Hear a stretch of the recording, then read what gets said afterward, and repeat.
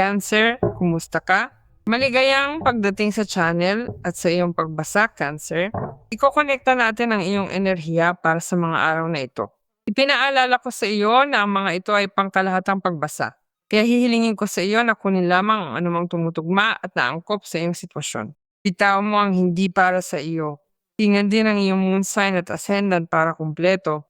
Sisimulan ko ang pagbasang ito gamit ang napakagandang orakulo na ito, ang orakulo ng mga liwanag at mga anino. Ang maliliit na nilalang na ito ay nagdadala ng hudyat para sa iyo. Tingnan natin kung ano ang ipapaalam nila sa atin. Bueno, ang ipinapaalam nila ay ang mga bagay ay nagsisimula ng gumalaw, dumating na ang tamang oras upang kumilos, hindi ba? Ngunit ang paggalaw na ito ay nagkokonekta sa iyo sa pagdating ng isang bagay na bago, na maaari ring maging pagdating ng isang sandali ng paglawak at kaligayahan sa iyong buhay ng katuwaan, dahil ito ay nanggagaling sa kamay ng isang taong darating muli. Hindi sa sinasabi mo, bueno, naghihintay lang ako na muling maging maayos ang pakiramdam ko, na may mas mabuting enerhiya dahil may isang taong naglakas loob, may isang taong lumapit. Dahil sinasabi nito, darating muli ang isang tao na nagkokonekta sa iyo sa kung ano ang kaligayahan sa pamamagitan ng presensya ng taong iyon, sa pamamagitan ng paglapit, sa pamamagitan ng komunikasyon sa telepono o mensahe. Kahit ano pa man. May nangyayari sa isang tao na nagdudulot sa iyo ng sapat na kaligayahan, nagpapagulo sa iyo, at gumagawa upang ang iyong buhay sa paanuman ay magkaroon din ng dinamismo, pumasok sa aksyon, at kumilos. Ngunit may darating ding bago dahil may mga bagay na gumagalaw, literal, hindi ba? Mga bagay na tila nakatigil lang doon. At sinasabi mo, bueno, sasabayan ko ang paggalaw ng lahat ng ito at kikilos ako kasabay ng ritmo ng barahang ito. At dagdag pa, sasabayan ko rin ang gawain na iyong gagawin ng may kagalakan, ng may sigasig, dahil nakakaaliw ito. Gusto ko itong gawin. Ito ay isang magandang sandali para sa akin. Tingnan natin kung ano ang sinasabi ng mga baraha, Cancer. Ang mga ito ay palaging pangkalahatang pagbasa. Maaring gusto mong malaman ang iyong partikular na kaso. Maaring gusto mong kumonsulta ng isang bagay na partikular at magagawa mo yan kasama ko sa pamamagitan ng pag-schedule ng isang pagbasa sa website. Palaging lumalabas ito sa video ang address ng page at mayroon ka ring nakapin na komento, Cancer, sa iyong sign, na direktang magdadala sa iyo sa page upang mapili mo ang pagbasang nais mo. Bueno, ang barahan ng The Hermit, ang barahan ng Nine of Cups, at ang barahan ng Queen of Cups. Bueno, ano ang nangyayari? Nakita mo bang natatapos na ang sandali kung saan pakiramdam mo ay tila nakahiwalay ka, hindi ba?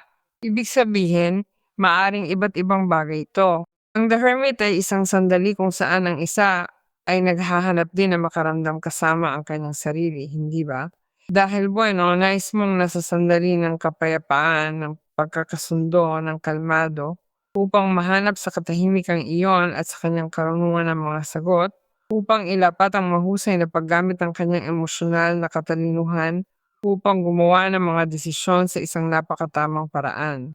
Kaya nais mong nasa iyong sandali sa iyong mundo o naghahanap ka lang ng payo mula sa isang taong gagabay sa iyo, nasasama sa iyo sa prosesong ito upang makita kung paano mo harapin ang sandaling ito ng iyong buhay.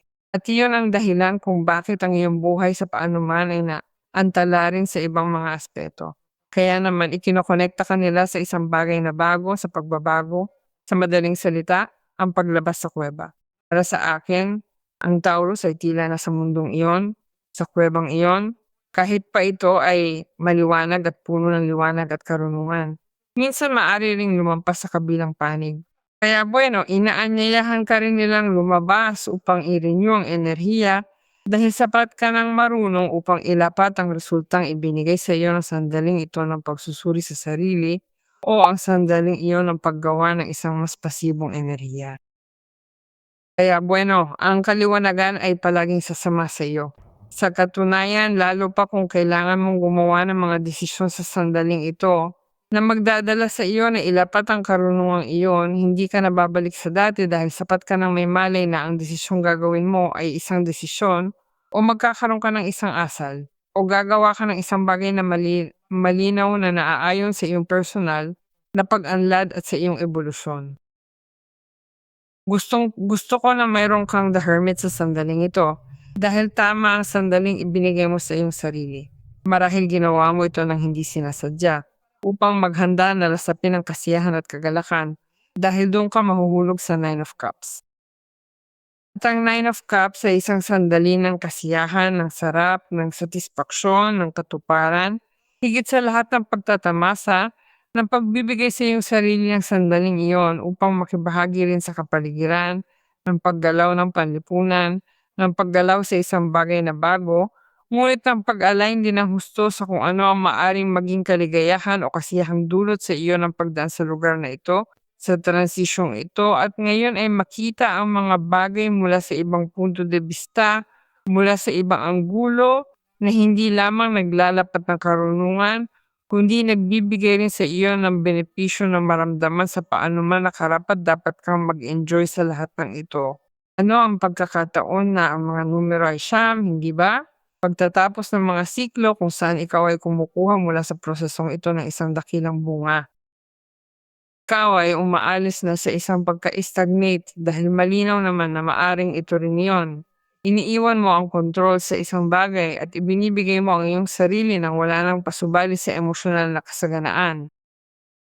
At malalaman mo kung paano protektahan ang iyong sarili ng may kamalayan tungkol sa emosyonal na pagpapalakas ng sarili na iyong nakamit sa prosesong ito.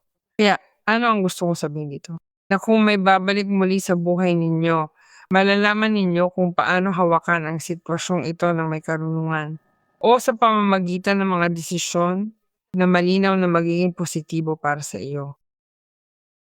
Ang satisfaksyon ay lubos at ang kagalingan para sa iyo rin. Diyan inaanunsyo ang Queen of Cups. Ang Queen of Cups ay isang barahan na nagsasabi sa atin na maaari mong hinihintay ang sandaling ito at sa paano man ay naghahanda ka para dito. Maaari mong intuisyon na ang taong ito ay babalik o gusto mo maghanda ng tama upang maging bukas sa isang Queen of Cups. Ang Queen of Cups ay isang taong hindi nakatingin sa kung sino lang. Siya ay isang taong may kamalayan din sa kung ano ang maaring maging kanyang emosyonal na karunungan.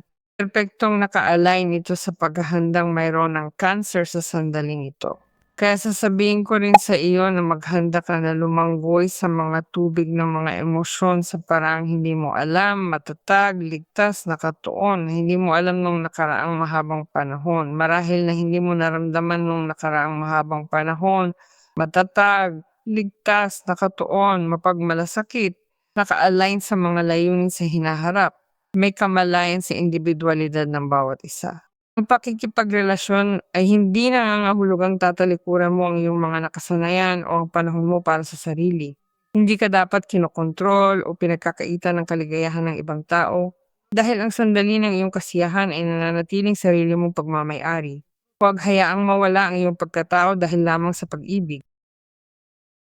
Kaya ang Queen of Cups ay pumapasok sa isang sandali kung saan ikaw ay nasa antas na upang tanggapin ang sitwasyong ito, ang relasyong ito, o ang pagpapalang ito ng satisfaksyon. At bueno, anong pagkakataon ng Queen of Cups ang namumuno sa sign ng Cancer, kaya magiging napaka-atento mo rin sa mga pangangailangan ng iyong paligid, mga emosyonal na pangangailangan, mula sa isang kahulugan ng pangangalaga, mula sa isang kahulugan din ng satisfaksyon. Marahil ay magbabahagi ka ng kalidad na oras kasama ang mga anak, kasama ang mga apo, kasama ang mga kaibigan, ngunit dahil ito ay isang enerhiya ng pagtatamasa at ng kaligayahan. Partikular na mayroong isang The Chariot, alam mo, nakikita ko ang Cancer na ito na napakalapit sa kung ano ang maaring maging partikular na mga apo o maliliit na anak o mga anak ng taong kinainteresan. Maaaring ikaw ay may kasama na at ang nangyayari dito ay dumating na ang sandali upang i-enjoy ang relasyong iyon mula sa ibang konteksto kaysa sa kung paano ninyo ito ini-enjoy noon, hindi ba?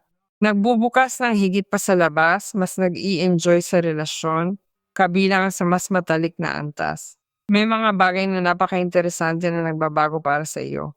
Mayroon kang Four of Swords. Ang Four of Swords ay ang barahan na nagsasabi sa atin tungkol sa isang malay na mental na paghahanda para sa kung ano ang darating Dahil mararamdaman mong mas mabuti, hindi ba mararamdaman mong relax, mararamdaman mong nakabawi ka, na kailangan mong bawiin ang iyong enerhiya pagkatapos ng isang panahon ng stress? Kaya dahil may mga bagay na darating na nararamdaman mo na, bukod sa mayroon kang Queen of Cups, ikaw ay nag-iintuisyon, ang iyong karakter sa malikhing antas ay medyo malawak at may mga proyekto na mangyayari magbibigay ng kurso para sa iyo. Kailangan mong maging kaysa nito. Ang pinakamahusay na paraan ay ang patuloy na pagmumuni-muni. Hindi para mag-isa, kundi para bumawi ng lakas, ayusin ang iyong katawan, isipan, pagkain, oras ng pagtulog, at iba pang mahahalagang bagay. Kung dito rin ay para bigyan ng prioridad ang iyong mga iniisip, hindi ba sa kahulugan na, bueno, ano ang uunahin kong atakehin, ano ang uunahin kong ayusin, ano ang unang uunahin kong ipwesto. Ngunit mararamdaman mo na tila hindi mo kaya ito, o na hindi mo karapat-dapat ito, o na hindi ito maaaring mangyari, na hindi ito maaaring, na hindi ito totoo. Na tingnan mo kung sa antas na ito ng aking buhay ay mangyayari ito sa akin dahil may mga mental na takot. Itigil mo na ang labis na pag-iisip. At sa tingin ko ay inaanyayahan ka nilang kumilos o mabuhay sa sandaling ito. Dahil ang Eight of Swords ay isang barahan na nag-aalis sa atin ng kaliwanagan. Higit sa lahat ng mga negatibong kaisipan na maaaring sa atin mismo, na nagkokondisyon sa atin at nagpapaparalisa sa atin, at doon ay hindi tayo makakakilos. At marami tayong takot, sobrang takot. May takot pa tayo sa kung anong maaaring sabihin ng iba tungkol sa ating gagawin kahit pa ibinibigay natin sa ating sarili ang mapalad na sandaling ito ng pag-enjoy sa kahit anong paraan, sa kahit anong paraan. Kaya bueno, ang kapangyarihan at ang katatagan na tamang naglalagay sa iyo sa The Hermit na may kinalaman din sa kapangyarihan at katatagan na kailangan mong kumilos sa harap ng kung ano ang maaring maging isang sandali ng walang kaliwanagan. Hindi bueno, kailangan kong manatiling motivated at kailangan kong yakapin ang pagbabagong ito ng siklo dahil hangad ko ito at hindi ko maaring payagan ng kakulangan ng mental na kaliwanagan. Kaya naman inaayos ko ang aking mga kaisipan mula sa Four of Swords at hindi ko rin maaring payagan ang impluensya ng labas sa mga desisyon ng aking buhay. Naroon ang Eight of Wands na tumutukoy sa unang baraha.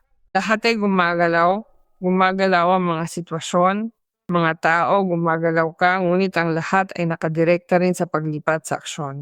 Kaya sasabihin ko sa iyo, Cancer, na maghanda ka para sa mahahalagang tawag, para sa paggawa ng mahahalagang pagbabago, para sa pagbilis ng maraming bagay at usapin na gugustuhin mong asikasuhin ng sabay-sabay. Kaya hinihiling din nila sa iyo na bawiin ang enerhiya. Dahil ito ay isang nagpapasiklab ng maraming bagay at pangyayari na medyo interesante. At kapag nangyari yon, gusto ng isa na nandun sa lahat ng lugar para hindi makaligtaan ang anumang pagkakataon.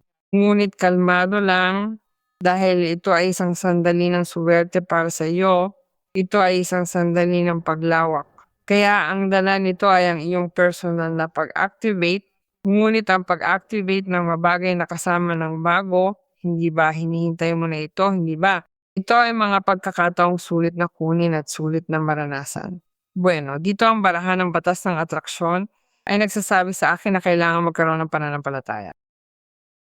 Ang takot ay ang paglalagay ng iyong pagtitiwala sa masama, iyon ang takot, dahil ang pananampalataya ay ang magtiwala sa mabuti at ito ang kaunti sa sinasabi sa atin ng Eight of Swords, hindi ba?